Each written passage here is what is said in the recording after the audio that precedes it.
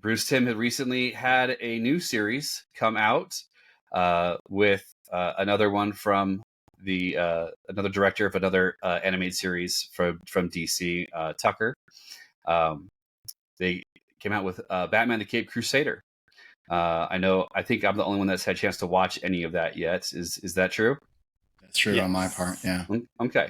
So there was a little issue that's been going around the interwebs right now that I just wanted to bring up to see how you guys felt about it. And not so much the interwebs' biggest issue, but what was said about it.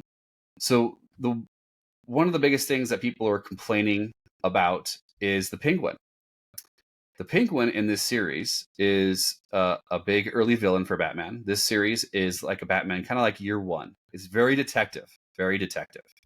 There's Alfred, Batman, and that's it. You do see a lot more detective work in it from the episodes I've seen so far. But the Penguin is a big crime boss. The Penguin is also female in this series. Bruce Timm decided to gender swap the Penguin, which is not something I really want to talk about here because that's to me not the big issue. I know it is to a lot of people online. To me, the big issue is what Bruce Timm said about why he did it. And I have the article on my phone here. It was an interview he did with the Emmys. The gal that was interviewing him said it was an unexpected change and a wonderful surprise. Why did you make that choice? And this is Bruce Timm's response. James and I were talking about the overview of the show, and we said, one of the problems with Batman, as he is there's a lack of good villains. You've got Catwoman, you've got Poison Ivy, and you've got Harley Quinn. But it would be really good to have more female villains. And off the top of my head, I said, we never really could figure out exactly what to do with the Penguin, what the gimmick for the Penguin would be. What if we gender flip the Penguin? That's the direct quote from the article, the interview that was taken. Now, Bruce Timm and his team on Batman the Animated Series created multiple new characters for the Batman lore, including, obviously, Harley Quinn, Baby Doll, and a number of other female villains. Livewire was one. Livewire. Yeah. So, what do you think about Bruce Timm saying there are no good, there are so few? Let me see, pull back up real quick again. I think I don't want to mess up what he says. I don't want to misconstrue because a lot of people are trying to turn it into a like a witch hunt type thing, and I don't want that. One of the problems with Batman, as he is, there's a lack of good villains. I don't think we have enough time. I think this needs to be another episode, personally, because I have my own opinions on where we're going as a nerd culture, per se, or Hollywood. The gender swapping, it's great. If you think there's not enough villains, then write new ones. Don't change what's already been there.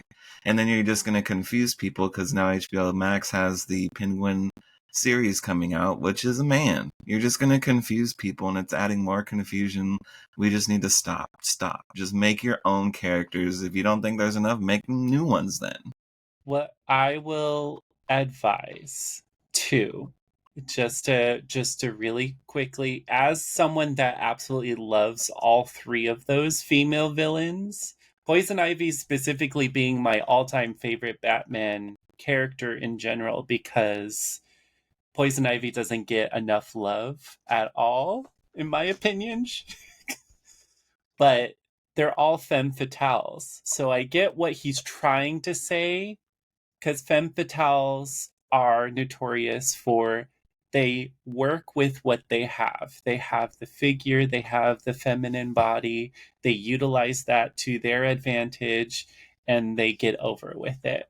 Obviously, Harley Quinn being the complete different different person between those three, being that she's absolutely insane, but she still utilizes her figure, her feminine side, to get what she wants no matter what as well. So I kind of understand where he's coming from, where he wants to have more female villains that aren't just using the femme fatale base, but we do have other female villains that aren't femme fatales. For sure. And doing your research into that will showcase that too. Yeah. What do you think, Sean? I have my opinions, and my opinions are, I mean, spoiler, Aaron and I actually talked about this earlier this week when we brought it up.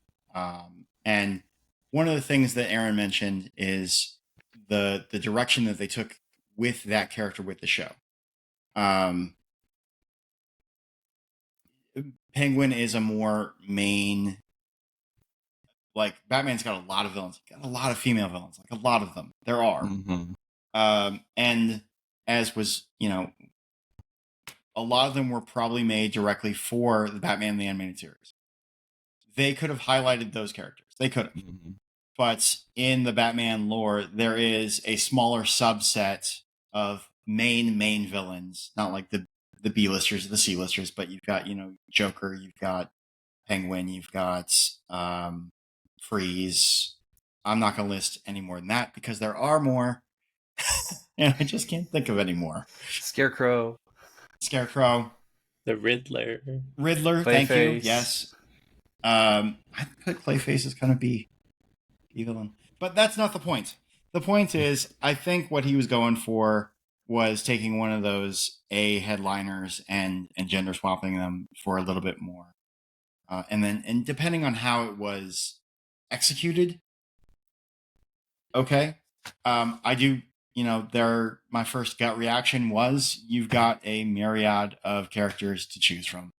Pick one. Level them up, hype them up. To throw the antithesis of Marvel into the mix, Iron Man wasn't a A-listing superhero until they made a movie out of him. Yep. And then suddenly he is leader everywhere, including in the comics. So Yeah. you have that power to hype up, a B-level female villain. Yep. Do it. There's tons of comics that he could have tons to pulled choose from. Yep. Grab one. Take one. Yeah, I feel that taking a pre-existing character that is notorious in how the mannerisms are and turning him into the female and taking away those mannerisms, because he did. Penguin was not very Penguin-esque in there. It was very, I guess the only way I could describe it without telling you too much about it, since you guys haven't seen it, is it felt very drag queen. Oh. And Ooh. Oof. Yikes. So I don't know if that was the route they were really wanting to go. It wouldn't surprise me if that was the route they were wanting to go, but considering the popularity of the number of TV shows about drag queens and their lives and all that stuff. Taking a very, very high profile main villain and kind of going that route is, it's your show. You do with it what you want to do. It'll get you a lot of people talking about it, a lot of people posting about it and everything. But when you've got a pre-established legacy of creating characters and bringing new ones in consistently throughout his entire run with the DC animated universe, from Batman, Superman, Justice League, JLU, the animated features that they had done over the years. Do what you do best. Create somebody new to fit the people you're trying to give them representation for. You don't necessarily need to do a gender swap on that stuff. It just it's unnecessary to a lot of people online say it feels like pandering. You know, it is what it is. I'm not the creator of the show. I could just give a little commentary on it. I've enjoyed the show. The way the story for Penguin was done well. There's no backstory for Penguin on it at all, but it, you know, it is what it is.